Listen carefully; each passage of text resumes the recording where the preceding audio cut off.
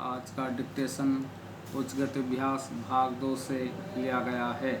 Dictation का time शुरू होता है। अब स्टार्ट। महोदय, मांस, मछलियाँ आदि को भी इससे पकाया जा सकता है।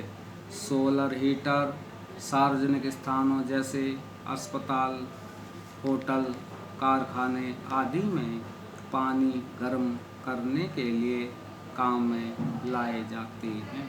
सोलर ड्रायर की सहायता से अनाज, तंबाकू, नारियल, इमारती लकड़ियाँ आदि को सुखाया जाता है।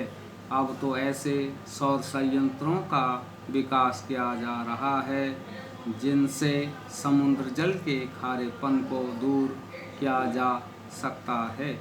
सौर ऊर्जा से हमारे दूर दराज के गांव भी अब प्रकाश से जगमगा उठेंगे और गांव भी शहरों की तरह सभी आधुनिक साधनों से संपन्न हो जाएंगे।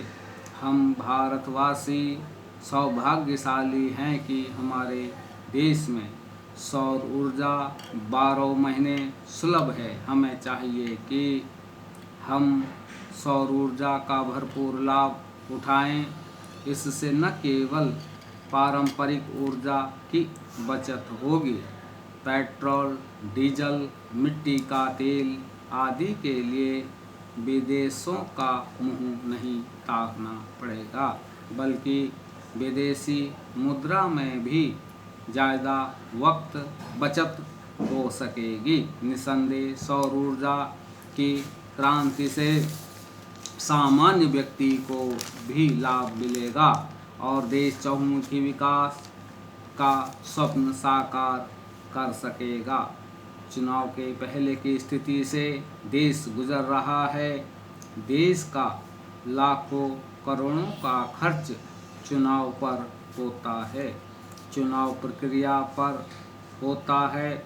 अतिरिक्त इसके चुनाव प्रत्याशी भी लाखों करोड़ों का खर्च करते हैं। जन जन तक पहुंचने के लिए, जन नेता बनने के लिए अशिक्षित जनता भीड़ देखती है, दिखावा देखती है, प्रदर्शन देखती है, फिर कुछ छोटे मोटे लालच भी काम करते हैं और जनता गुमराह हो जाती है।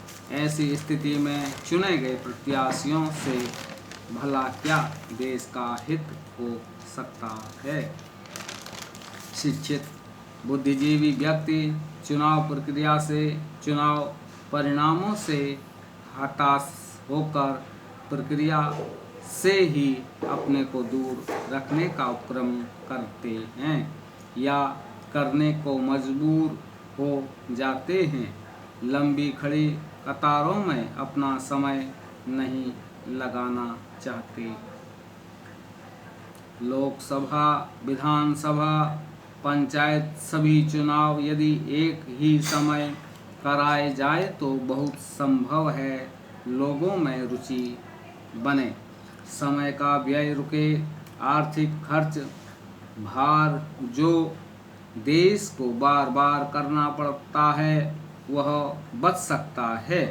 क्या ऐसा कुछ सोचा नहीं जा सकता? प्रत्याशी बनने के लिए भी कुछ मापदंड निर्धारित होने चाहिए। उनको शिक्षित होना चाहिए और चुन जाने के बाद उनके लिए एक आचार संहिता होनी चाहिए। उनके खर्च एवं संपदा पर एक प्रतिबंध होना चाहिए। एक गवेषणात्मक दृष्टि होनी चाहिए। समाज का हित चाहने वाले ऐसे चुनिंदा लोगों का जीवन महात्मा गांधी की तरह सरल, स्वच्छ एवं सादगी वाला होना चाहिए। यदि ऐसा होने लगा तो व्यापारिक भावना से आने वाले प्रत्याशी स्वयं हट जाएंगे। अच्छे चुनिंदा व्यक्ति ही देश को सही दिशा दे सकते हैं, देश का हित कर सकते हैं बहुजन संप्रेषण के माध्यमों के अभिनव विकास तथा राष्ट्रीय चेतना का अंतर्राष्ट्रीय जीवन से संबंध बढ़ा है, जिसके कारण मनुष्य की सामाजिक और आर्थिक समस्याएं भी जटिल होती गई हैं। वैज्ञानिक और तकनीकी विकास भी निरंतर ऊर्ध्वमुखी हो रहा है।